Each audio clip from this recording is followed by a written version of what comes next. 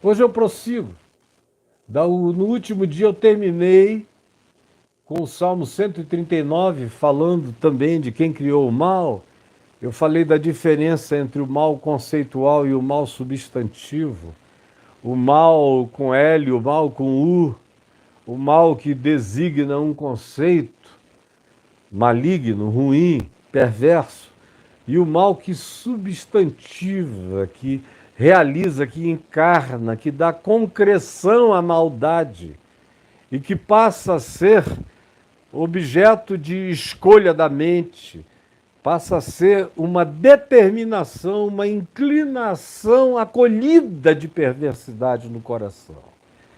Aí eu disse que o mal conceitual é anterior a qualquer mal substantivo no universo.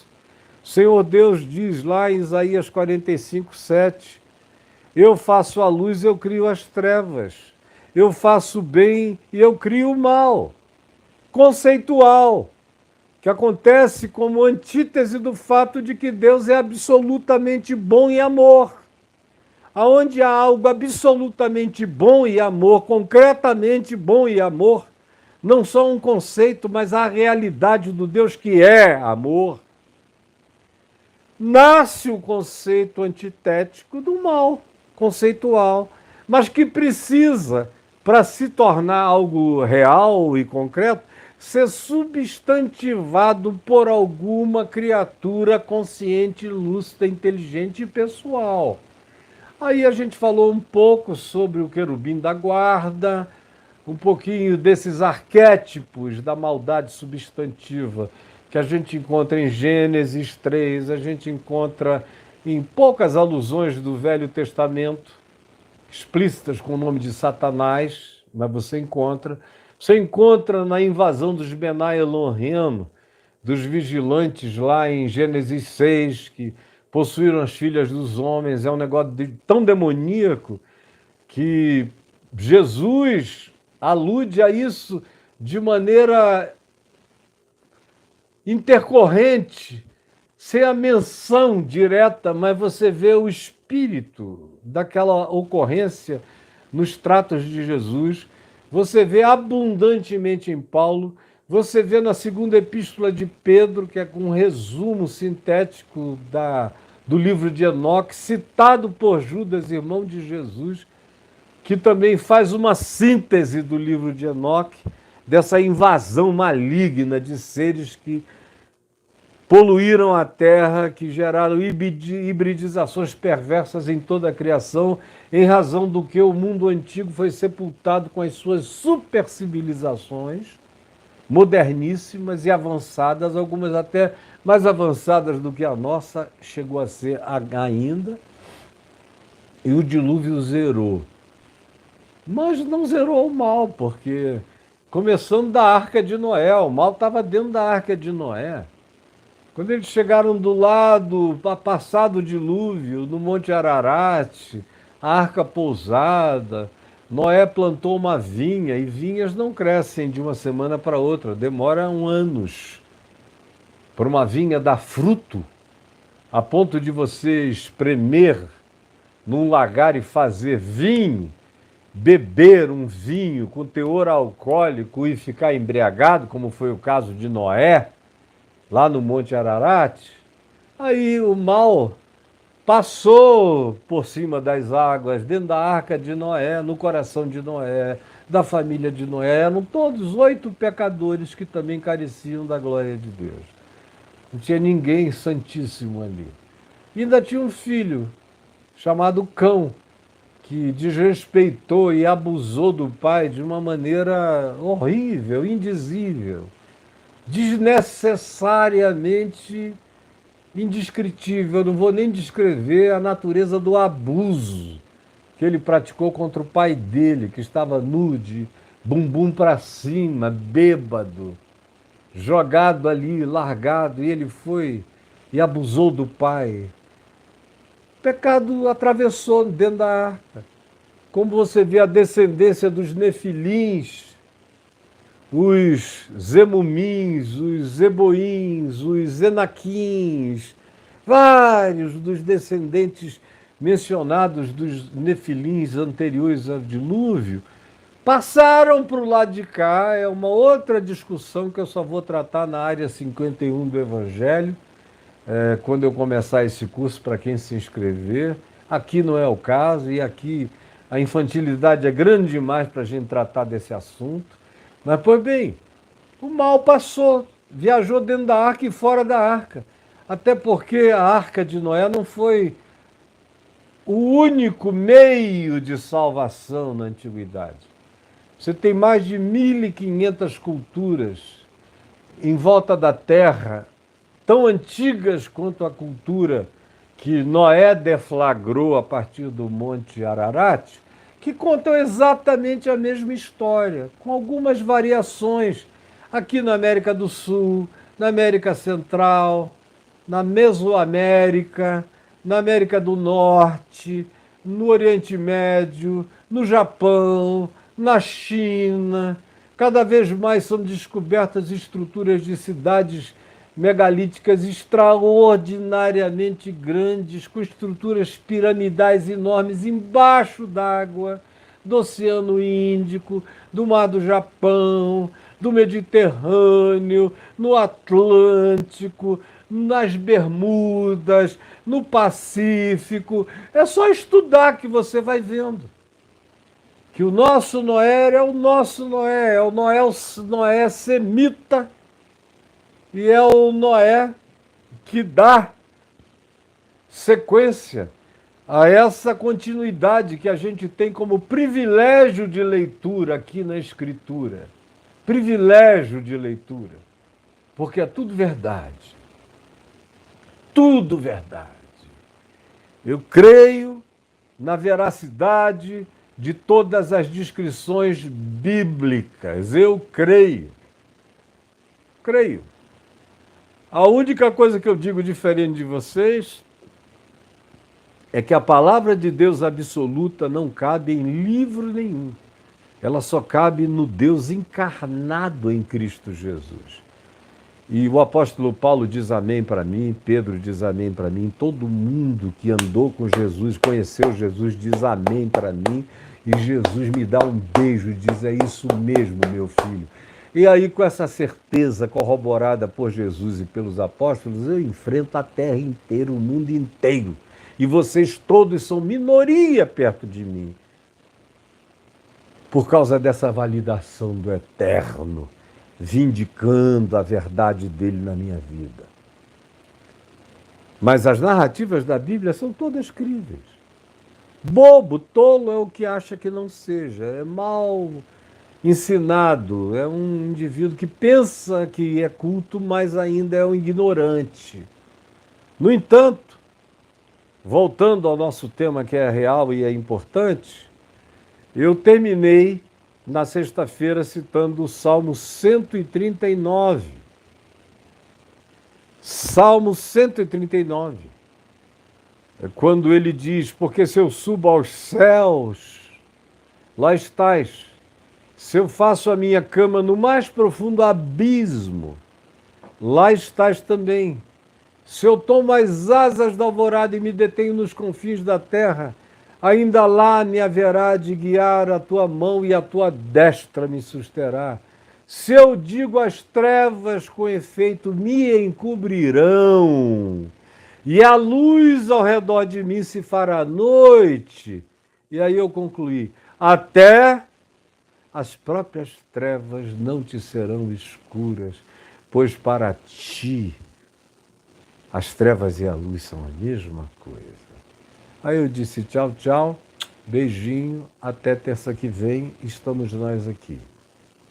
E a questão que vem depois disso, já que a gente sabe do mal conceitual, do mal substantivo, dos seus diversos desenvolvimentos, não é um protagonista só, são milhares de protagonistas da encarnação substantiva da malignidade, são milhões, a ponto de Jesus dizer: vós sois diabo, nos dias dele.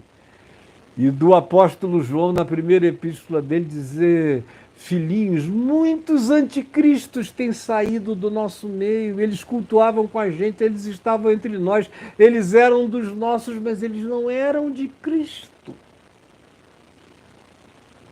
Anticristos aqui entre nós, do nosso culto, para todo lado. Essa substanciação, essa concreção do mal está presente para todo lado.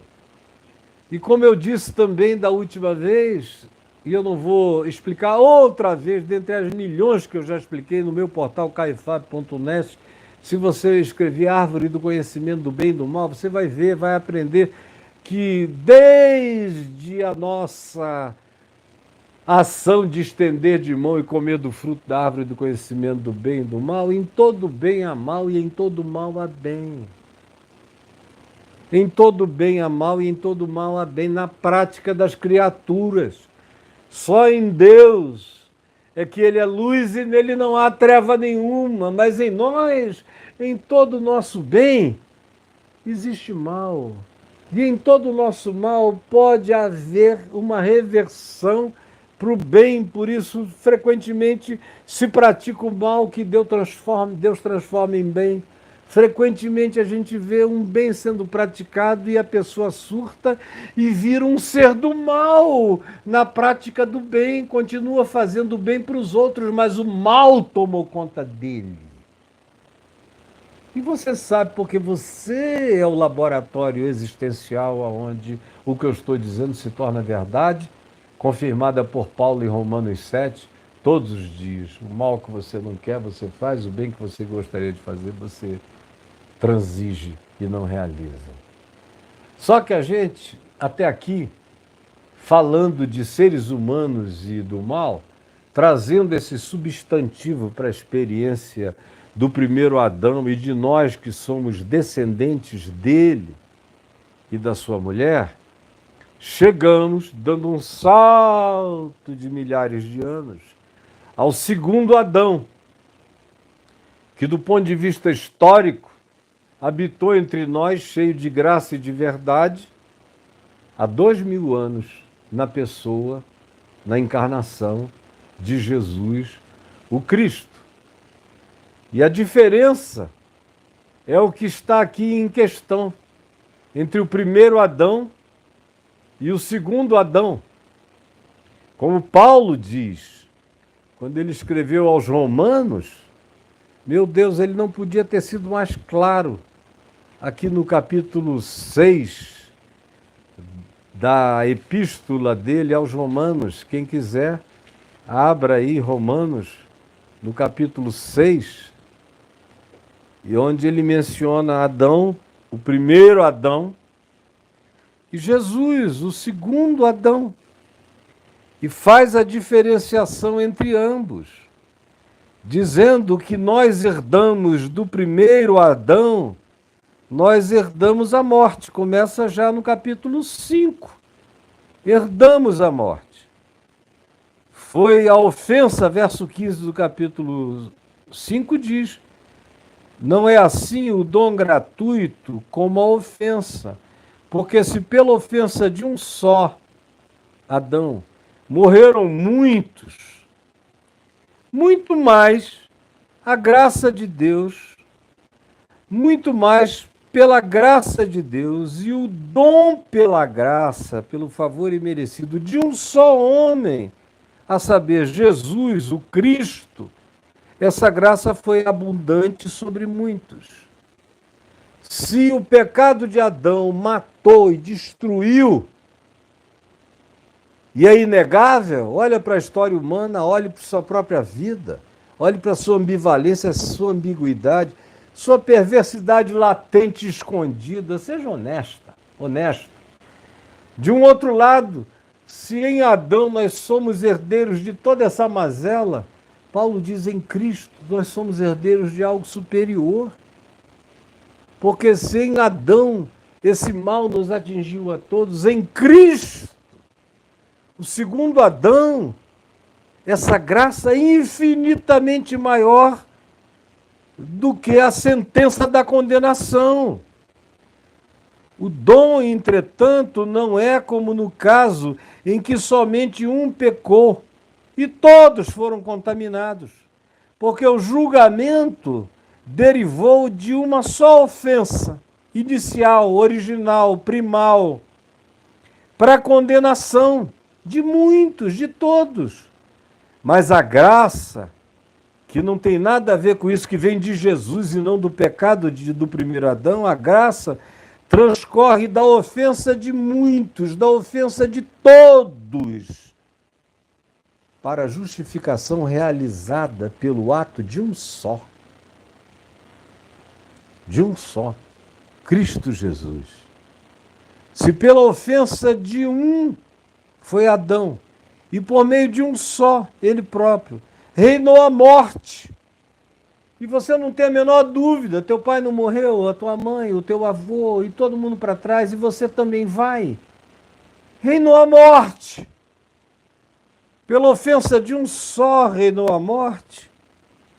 Aí Paulo diz, muito mais agora os que recebem a abundância da graça e o dom da justiça justificadora pela fé no que Jesus fez na cruz, consumou, pagou tudo e não deixou nada sem ser pago, muito mais agora reinarão em vida, por meio de um só, por meio de Jesus, aqueles que nele creem, como Paulo viria dizer depois, escrevendo aos Coríntios na segunda epístola. E repete isso várias vezes, quando ele diz que o amor de Cristo nos constrange, julgando nós isto. Um único Jesus morreu por todos. Logo, todos morreram. Para quê?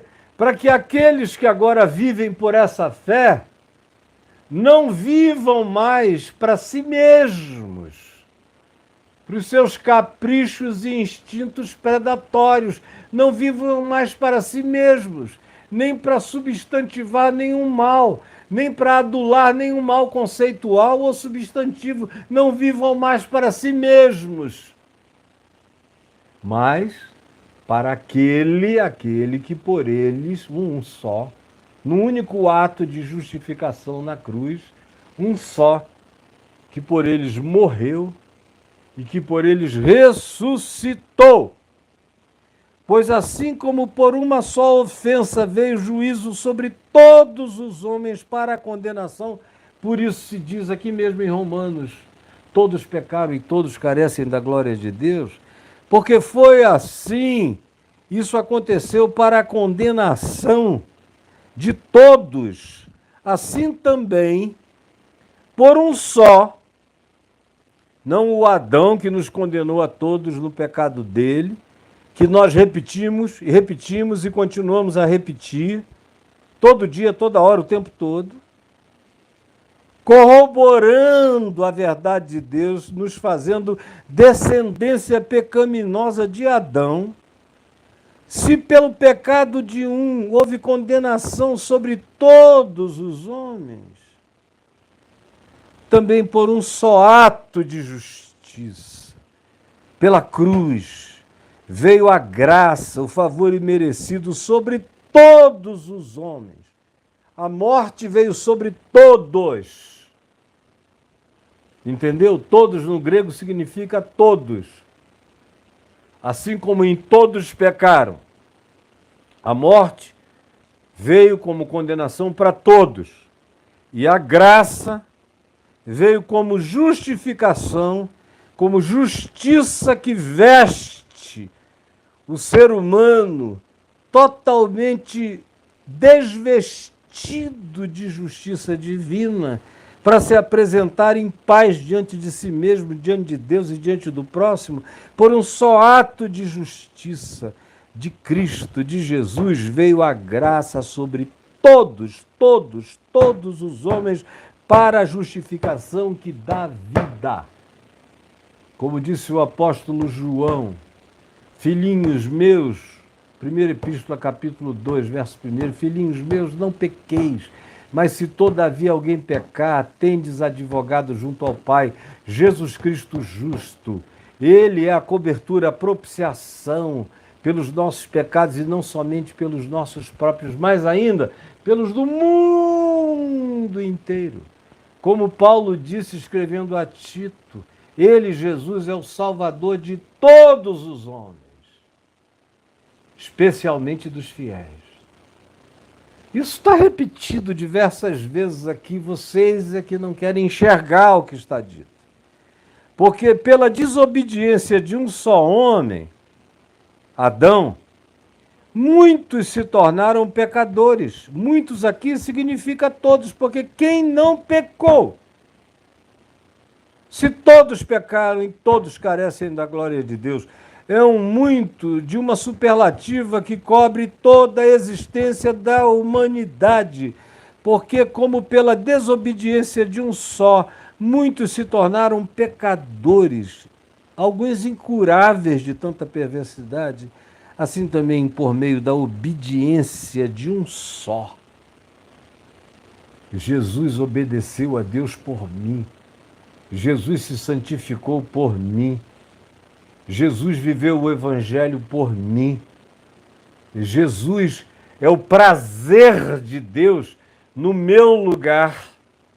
Jesus é o absoluto de toda a alegria divina em completude que também é atribuída a mim, que me reconhecendo pecador, absorvo e digo, eu creio que eu morri no pecado de Adão, mas eu creio que eu recebi justiça e vida eterna e perdão absoluto e glória e honra e herança em Cristo Jesus eternamente. Amém.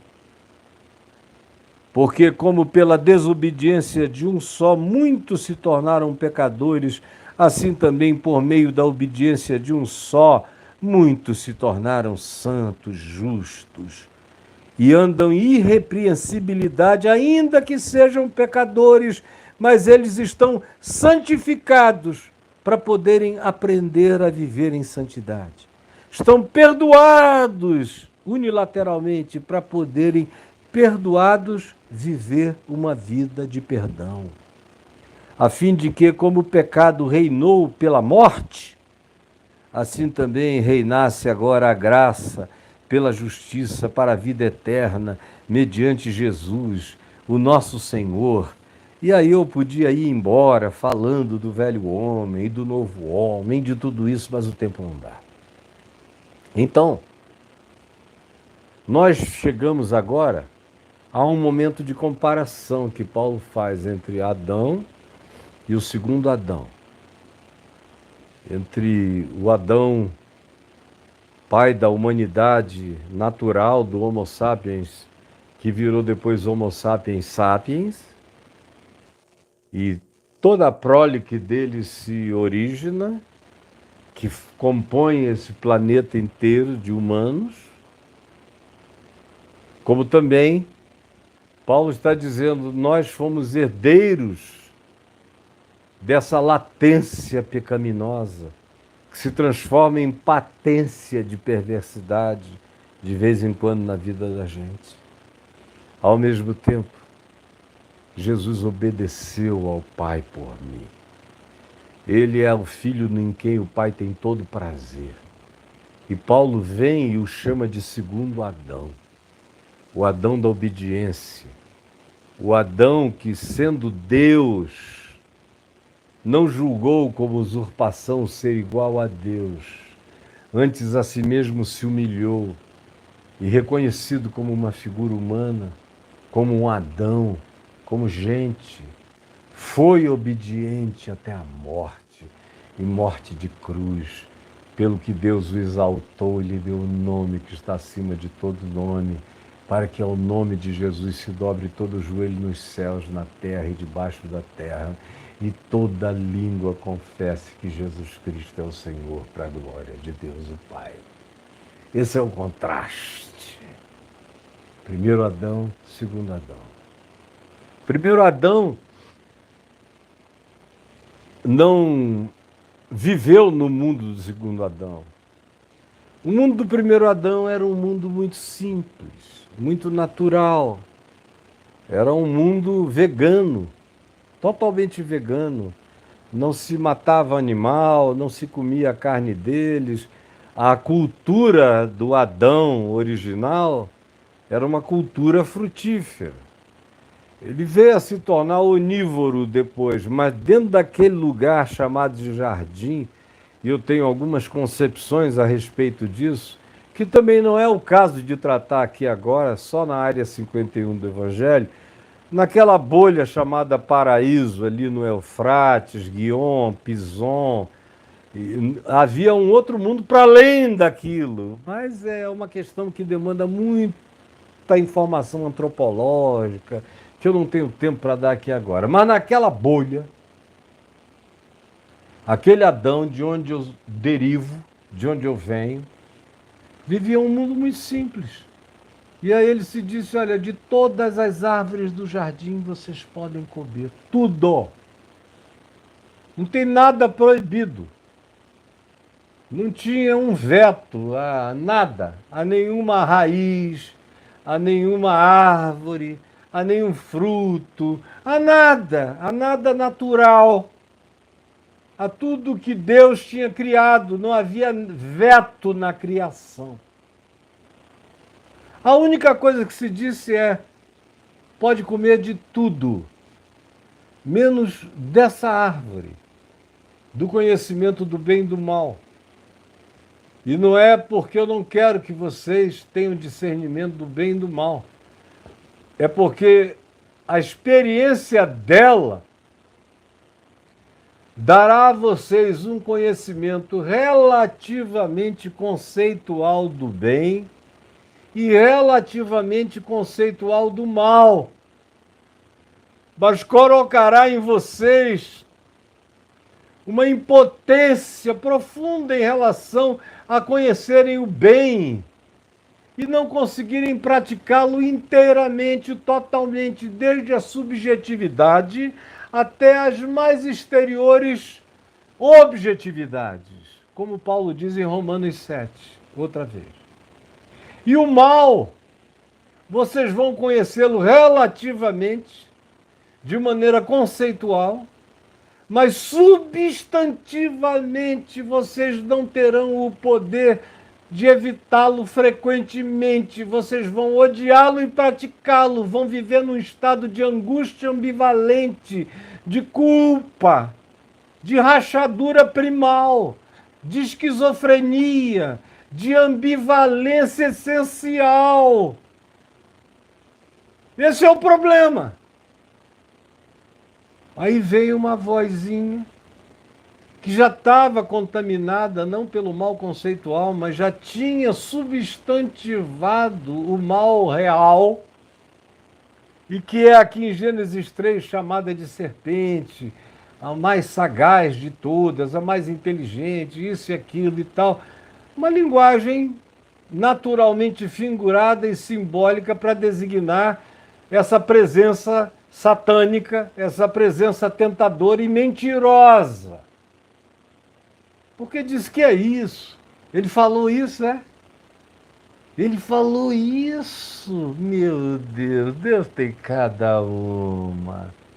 Quer dizer que ele falou: vocês podem comer de tudo, está tudo livre. Exceto aquilo que ele diz que pode fazer mal a vocês, que pode jogar vocês num estado de relatividade total. É mentira de Deus. Desculpa, ele é poderoso, ele tem recursos inimagináveis, impensáveis, mas ele é ciumento, ele é invejoso. Eu sei porque eu já sofri inveja dele com a minha astúcia. Ele já ficou com raiva de mim, já me baniu, a mim e a outros. E ele está fazendo a mesma arapuca para vocês, dando essa aparência de liberdade, mas ele não dá para vocês o conhecimento inteiro. O pulo do gato ele guarda para ele, porque ele não quer que vocês se emancipem. Ele quer manter vocês num estado infantilóide, abobalhado, idiotado, num naturalismo tolo. Não é nada disso. Ele só proibiu por uma razão. Ele sabe. Olha só, ele sabe que no dia que vocês comerem, vocês puserem isso na boca, os olhos de vocês vão se abrir e vocês vão se tornar como Deus. Vocês vão virar deuses. Esse é o problema de Deus. Deus não quer Deus nenhum além dele. E quando eu vi que a minha glória era enorme, que o meu poder era imenso,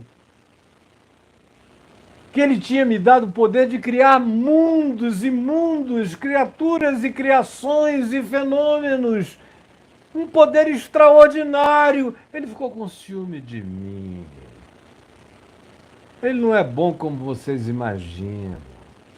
Aí eu comecei a mostrar a minha glória para ele ver que ele podia ser anterior, mas ele tinha um igual, que ele nunca mais seria sozinho no poder dele, nem na glória dele. Eu mostrei-lhe a minha.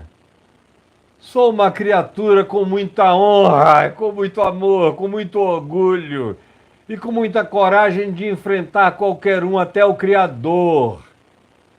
Ele sabe. E ele não gosta de gente que sabe. É por isso que ele proibiu vocês de comerem desse fruto, porque ele sabe que no dia em que vocês comerem, os olhos de vocês vão se abrir. E vocês vão ser deuses. Vão conhecer todo o bem, todo o mal que ele reserva para ele como direito e condição excepcional. Mas por trás de toda essa bondade tem ciúme, tem inveja, tem competição de Deus. Que é isso? Ele só está impedindo o crescimento de vocês. Que tolice! Comam! O resto foi só deixar o tempo, a confabulação mental,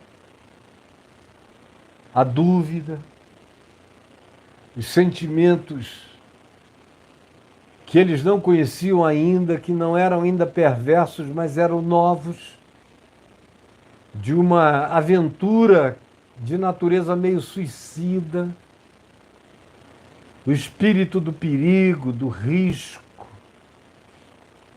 da tentação a Deus, começou a tomar conta do coração deles, até que chega aquela hora, que a gente não sabe quanto tempo passou, pode não ter sido nada tão rápido, chega todavia o dia, a hora, o momento, em que a mulher diz, olha, é linda demais, olha para ela. Aí no meio de tanta coisa linda na criação, tanta coisa provavelmente muito mais bonita se a gente usar apenas a figuração arquetípica da árvore do conhecimento do bem e do mal para ilustrar o que estamos dizendo. Deveria haver frutas e frutos e alimentos extraordinariamente mais lindos, mais bonitos, mais apetitosos, mais saborosos, mais gostosos, mais chocantes.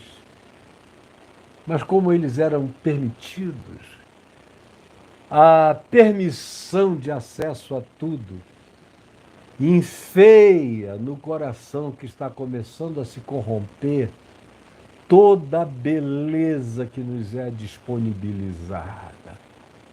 E a gente fica tomado de um tesão tarado, exclusivamente naquela única coisa que nos disseram de maneira superior, que em sendo utilizada, usada, ingerida, apropriada, nos mataria. Porque nos daria um conhecimento do bem sem poder para realizá-lo, e conhecimento do mal sem a força suficiente para rejeitá-lo.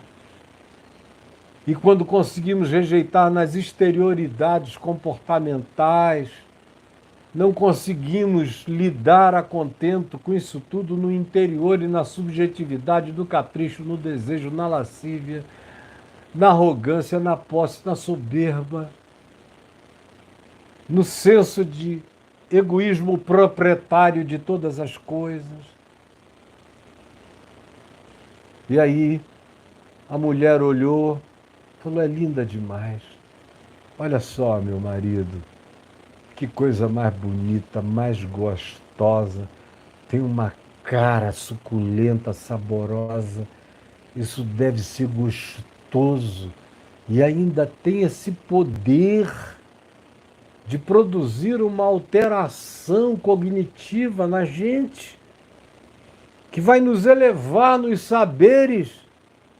Nós vamos, no mínimo, ficar tão inteligentes quanto a serpente, no mínimo. Tão astutos quanto os mais astutos do cosmos. Por que a gente tem que aceitar esse primário divino se a gente pode ser professor de Deus? Se a gente pode concorrer com Ele na vida? Se a gente pode ser a medida de nós mesmos? Se a gente pode ser o ente determinante das nossas próprias vontades, mesmo que elas sejam contra tudo o que nos disseram que não deveria ser feito, nós somos livres para transgredir e pronto. Vamos provar. Como a serpente disse, pode ser só maldade divina, inveja divina, ele sabe que vocês vão crescer. E ele não quer ninguém, ele não quer concorrência. Parece até o diálogo final no filme Advogado do Diabo, do advogado Milton, interpretado pelo Al Pacino, e o jovem, o pequeno Adão, interpretado pelo Keanu Reeves. Aquele diálogo é fabuloso e pega esses elementos de Gênesis 3 e dá uma ampliada e uma aplicada neles no cotidiano das escolhas de poder humano no planeta Terra, hoje e agora. Mas a mesma coisa lá do Éden se repete todo dia, se repete todo dia. Por isso é que Paulo disse que nós não só pecamos no pecado de Adão, preste atenção, você que já estava aí com uma abobrinha na cabeça, então eu sou um coitadinho porque Adão pecou e eu sou um pecador. Não, meu filhinho, se enxerga, filhinha. Você não só pecou em Adão, e eu também, mas Paulo diz que eu também pequei à semelhança do pecado de Adão. Eu sou Adão. Eu não só herdei heranças de perversidade, mas eu mesmo ampliei, multipliquei, de modo que o Adão original do Gênesis é um bobinho perto dos Adões da nossa geração. Olha onde Adão chegou, com capacidade de abrir o átomo, de explodir o mundo 100 vezes o planeta, de explodir Marte. Daqui a uns poucos anos, de explodir o Sol, de pulverizar a Lua, de fazer coisas inimagináveis, impensáveis, de fazer download do cérebro para computadores que mantenham a tua memória para sempre e as tuas lógicas idiotadas para sempre. Ou seja, no máximo, os Adões contemporâneos conseguem prolongar a vida, conseguem vampirizar a existência, dar uma certa imortalidade.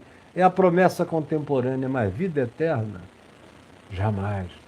Porque vida eterna não é a quantidade de anos que alguém vive, é a qualidade existencial que se experimenta mesmo quando se morre. Por isso é que Jesus disse: eu sou a ressurreição e a vida. Aquele que crê em mim, ainda que morra na carne, viverá. E aquele que vive crendo em mim, pode morrer à vontade, porque não morrerá eternamente. Já passou da morte para a vida. É um conceito que o Elon Musk não vai entender nunca. a menos que o Espírito Santo lhe quebrante o coração. Mas você e eu somos extensão daquele Adão original. Pecamos no pecado dele e pecamos à semelhança do pecado dele todos os dias. De maneira cada vez maior, mais sofisticada, mais calamitosa, mais apocalíptica, mais extensa, mais devastadora, mais luciferiana. Eu e você. E aí vem e Paulo introduz esse segundo Adão. No primeiro Adão, a morte reina e mata a todos, destrói a todos, mas no segundo Adão, no ato de justiça, na vida de justiça dele, ele justificou todos os homens. Justificou os fiéis, os que creem, mas como diz Paulo a Tito, é o Salvador de todos os homens, especialmente dos fiéis. Ou como diz o apóstolo João, é a propiciação pelos nossos pecados, e não somente pelos nossos que sabemos dele e cremos nele, mas ainda pelos do mundo inteiro. Por isso o Cordeiro foi imolado antes da criação de Satanás, de anjos, de arcanjos, de demônios, de tudo, de matéria, de espaço, de tempo, de mundo paralelo. Ele foi imolado. A graça é o elemento no qual toda a criação é criada, é a substância da criação. É a graça e o amor, é o Big Bang da morte de Deus em Cristo, no Cordeiro. Sendo Deus, se esvaziou. Todas as coisas foram criadas nele, por ele, para ele, a partir dele. E nele todas as existências, como diz Paulo escrevendo aos Colossenses, tudo nele subsiste. Para mim é maravilhoso. Pode ser que para vocês não.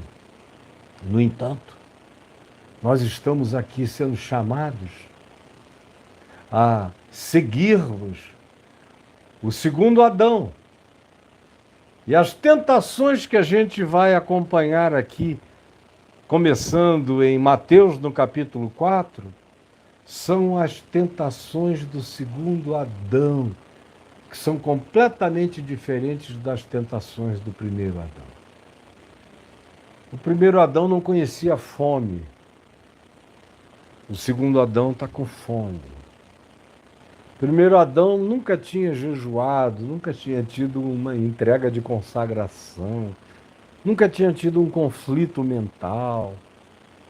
O segundo Adão nasceu na plenitude dos tempos, no meio de toda a brutalidade da civilização humana, naquilo que naquela época era o apogeu, era a plenitude do orgulho, do supremacismo dos humanos. Ele nasce no meio daquilo, no meio da morte, no meio da escravidão, no meio das cruzes, no meio dos assassinatos, no meio do despotismo, no meio de todas as vandalizações que um ser com poder era capaz de produzir na miséria do resto da sociedade humana no mundo.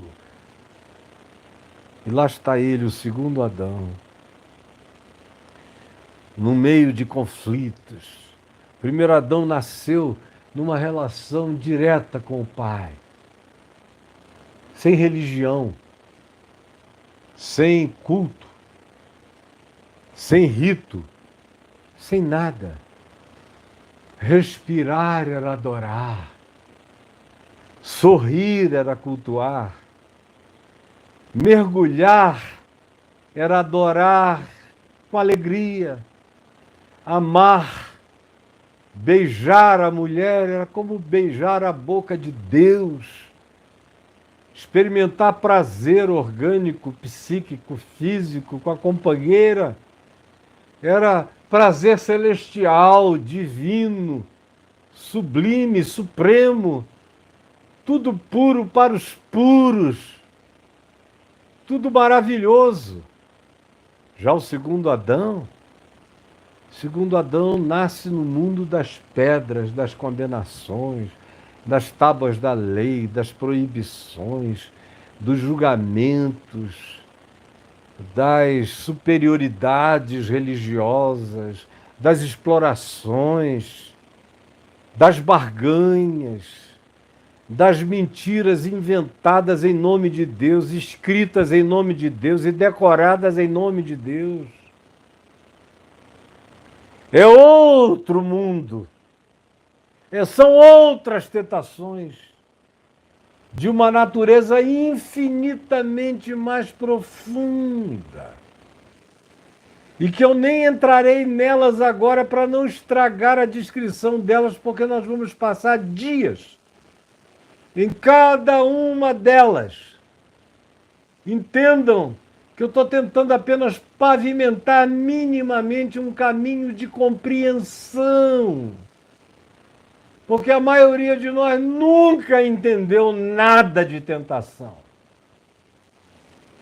Só para eu concluir, porque já tem 1h05, eu quero dizer o que é tentação para você. A maioria de vocês não sabe nem o que é tentação. Como um pastor agora me disse ali embaixo, a esposa dele, ele me disse, a minha esposa entrou num cinema pela primeira vez, já casada comigo, porque antes era pecado. E entrou com culpa.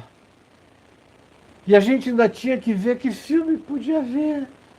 Porque senão era um risco de perder a salvação. Imagina só. O que é tentação para crente? O que é tentação para religiosos?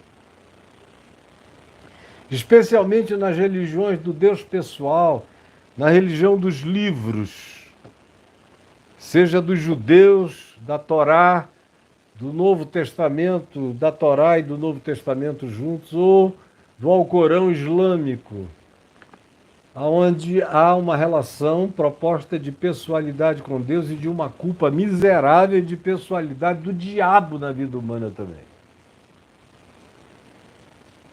Você imagina como isso não tem limites para crescer. O que é tentação para os crentes? Meu Deus, eu libertei tantos milhares de jogadores de futebol maravilhosos que não podiam jogar bola porque era pecado. E eu me converti e fui tirando todo mundo. Vai jogar bola, meu filho. Vai jogar bola. Você é um craque, cara. Vai jogar bola. De bola eu entendo. Eu não estou jogando porque eu tenho algo superior a fazer. Se eu jogasse, ia ser da pesada também. Vai, meu filho. Botei todo mundo no esporte, porque era tentação, era pecado ir para o esporte. Meninas com corpinhos de bailarina, lindas, proibidas de aprender balé. Garotos naturalmente ginastas, proibidos de correr, de saltar. Pessoas com a capacidade, uma inteligência enorme, que terminavam no máximo ginásio, segundo grau, estourando e não faziam mais nada, porque se dizia que para a faculdade era tentação, era colocar o filho num lugar onde o diabo iria engoli-lo vivo. Ensinavam as igrejas e os pastores e os padres. Nem tentação os caras sabem o que é até hoje. Por exemplo, tem muita gente que fala para mim, eu fiquei com a tentação de te ouvir durante anos e eu resisti, porque o meu pastor dizia que você era um pecador, promíscuo, inventavam e inventam. Ontem mesmo a minha mulher estava me mostrando ali um cara que eu não sei nem quem é, nunca vi, nem mais gordo, nem mais magro na minha vida, não tenho o menor interesse nisso. Dizendo lá, coitado, pecando contra o Espírito de Deus em mim, dizendo que eu sou um promíscuo. Ele não tem nem idade, não tem nem idade da minha filha caçula. Ele é só um pouco mais velho do que a minha neta mais velha. Ele não sabe o que é viver uma vida com Deus como eu vivi, vivo e viverei. Ele nunca vai saber se continuar completamente débil mental, espiritual, como ele é. Tadinho. Tentação para muita gente é não pode ouvir o Caio. Aí o coitado vem aqui, me ouve um dia, não consegue nunca mais não ouvir, mas tem que ficar uns meses em conflito, como se estivesse traindo a Deus por estar me ouvindo, dando amém, concordando com tudo. Que não passa de palavra de Jesus. Vocês não sabem nem o que é tentação. Há alguns meses atrás, tentação era votar num candidato da esquerda. Fazer a vontade de Deus era votar num candidato da extrema-direita. Vocês não sabem nem o que é tentação. De tão cegos, de tão empedrados, de tão blindados, de tão bloqueados, que se tornaram, de tão abonsaizados, viraram bonsais cerebrais, reduzidos. A mente está presa num sapatinho de japonesa, não cresce nunca. Então eu tenho que fazer um chão preparatório para ter certeza de que minimamente alguém ou alguns vão conseguir compreender, porque a maioria foi aleijada mentalmente, espiritualmente, psicologicamente para entender qualquer coisa um pouquinho mais sutil ou profunda. Não entendem mesmo. Aí a culpa é minha. Eu aqui digo coisas difíceis. O cara não entende, aí diz que é heresia porque ele não entende.